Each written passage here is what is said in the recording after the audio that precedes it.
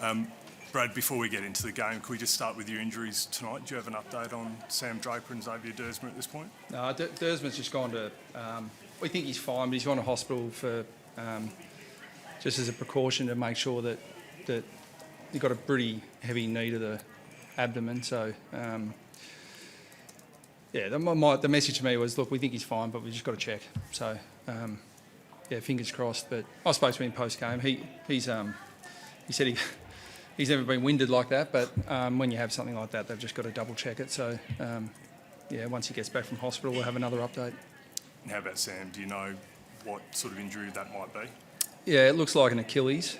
The severity of it, we're concerned about it. I'm sort of reluctant to sort of make big statements about it because we don't know for sure. At three-quarter time, he had some calf tightness on the other side, of which I was, rightly concerned about, and we were concerned about. But,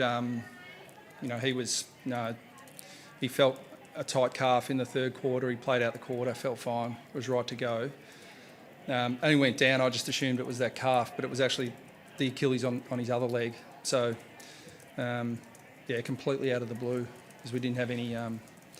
didn't have any tightness in that side. So, but it sounds like one of those classic Achilles injuries where he thought he was kicked, but no one kicked him, unfortunately. So, how's he holding up emotionally?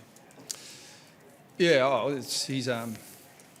he's disappointed. I think he's probably all, hopeful that he'll get a scan and it'll all be okay. But it's tough for him, and this is we say it all the time, the AFL roller coaster. It's 1 minute you're up, next minute you're down. We've had, unfortunately, three potentially very very big injuries in 3 weeks.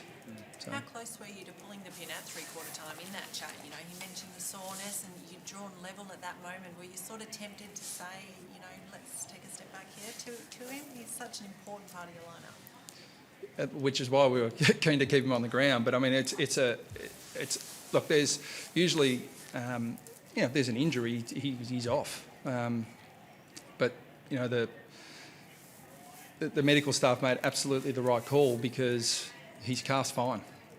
It's his Achilles on the other side, so that's just an unfortunate coincidence. In hindsight, I'd love to have taken him off, but him staying on didn't impact the Achilles injury. The value of the win on back-to-back travels, what are you pleased about most? Oh, well, it's we came over here knowing exactly what we were facing. And maybe I played into that a little bit too much in terms of preparing the group, to make sure that we were guarding against any possible complacency. And I don't think we're in any position to ever be complacent. And we knew exactly the response that we get from West Coast. I mean, I look at West Coast team, they've got capability, they've got good players. Elijah Hewitt, we really rated him in the draft, and when he came in, it's like, don't underestimate this guy, he's a good player, and he delivered. So, we weren't coming over here expecting an easy game, and to West Coast credit, we got exactly what we expected. And I thought they played a really good brand of footy, and we were clearly on the back foot. It really helped. They kicked straight early. They made the most of their chances, and Waterman obviously looked really dangerous. So, Ridley's job post-quarter time with Waterman's fantastic. We had Zach Reid going into the ruck, I think, for the first time since he was about 12 years of age, so without any warning. So, there are a lot of things that were pleasing about tonight in terms of just dealing with a bit of adversity. It looked like Peter Wright had a lot of fun out there. What do you make of that performance first game of the season? Yeah, he's got a habit of doing it first game back. He did it a couple of years ago against Carlton where he kicked 5 after a long layoff with a shoulder injury. So it's a credit to him, and it's just a reflection of his preparation. I said during the week to Pete in front of the whole playing group that he's an absolute pro the way he prepares himself. His rehab has been flawless. He's just trained and rehabbed and prepared to be ready when his opportunity came. And his opportunity came through difficult circumstances with Nick Bryan going down. But, we talk about this all the time. You can't control a lot of things in this game, but what you can control is being ready for your opportunity when it comes. And that's a great example of that tonight with Pete. Would you have picked him if there wasn't that opening? It would have been a tight call because we would have been quite tall with him. But we've done it before. It made it a no-brainer. Well, not a no-brainer. That's unfair because, we've got one of the best ruckmen of all time on our list who did an exceptional job in the coaching box tonight, who's also ready to play.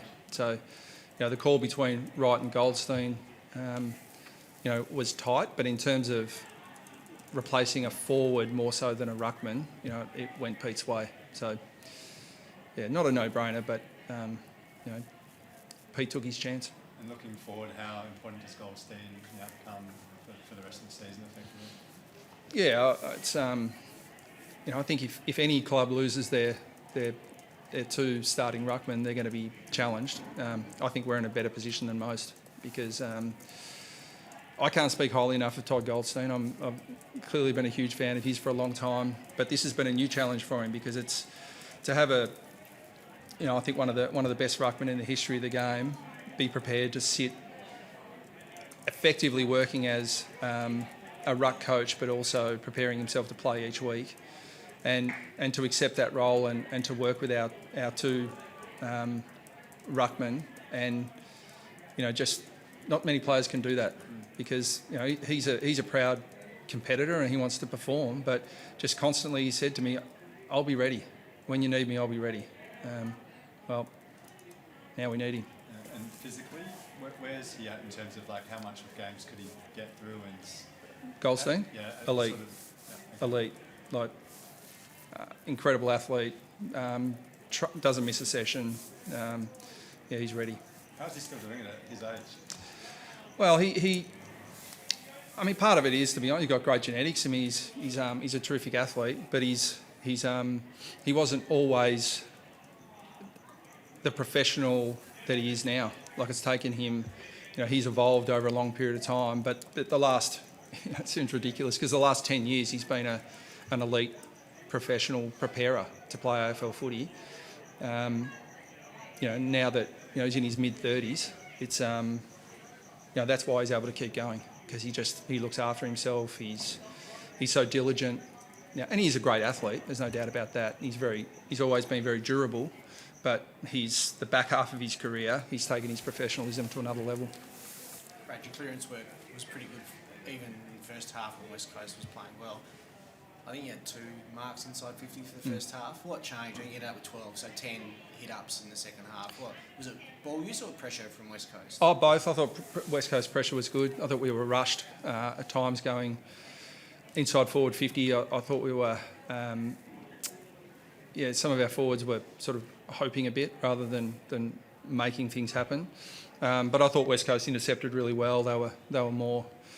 They anticipated a bit better than us when the ball went inside forward 50, and I thought, Jimby, McGovern, they're doing a really good job. So, we clearly had to adjust and probably just wanted to lead a little bit more than we were early in the first quarter. How frustrating was it to be dominating that clearance battle, but then only having, I guess, the one goal to show for it till early in the third from, such dominance? Yeah. I think it's an area that we're always working on. I think we've generally improved over time. We can be a high inside 50 team, which it sounds a bit sort of counterintuitive, but we've almost scaled that back a bit to improve our efficiency. So we kicked 11-11, I think, something like that, from 42 entries. So scoring at over 50%, is a reasonable benchmark for efficiency going forward. So whereas probably the last 18 months we've been 55, 60 inside 50s and scoring at less than 40%. So we'll just keep working on that balance. Did you feel the Perkins back-to-back goals really turned the tide for you because you did win it out of the centre and got the reward for it, and suddenly it was like you were getting bang for your buck? Yeah, Perk was really important all game, I thought. He took the McGovern match up a fair bit, Caddy a fair bit as well, and clearly we've got a lot of time for for Jeremy. He's multiple Australian for a reason. I thought their inclusions tonight, Kelly, McGovern, I've spoken about, Hewitt, Flynn had his moments as well. So there were 4 good inclusions, and I understand I suppose the noise or the pressure on West Coast, but I mean I just think it's a reflection of with our guys that the competition's really tight, and you can have blowout margins, and it looks really bad from the outside, but this game is just always on a knife's edge. I feel like I've been saying it for 3 years, but it's just tighter than I can ever remember, and that's a really good thing for the comp. It's not great for the emotional stability of coaches. Last question. Nick Martin, just quickly, seems to be putting together a pretty good record against West Coast. How did you view his game today? Yeah, he loves playing in Perth. He comes home and certainly gets up for the games. But no, he's a really important player for us always. I think he's put together 3-4 really good years. He's a great story because he's late to the game and was overlooked multiple times. And I mean, when I arrived at Essendon, I probably looked at training, and if someone had said Nick Martin and Sam Durham were first-round picks, I would have said, yeah, they look like it. But to be mid-season draft and SSP players, they're great lessons to young players that you get overlooked once, it doesn't mean it's the end. Thank you. Right, thank you.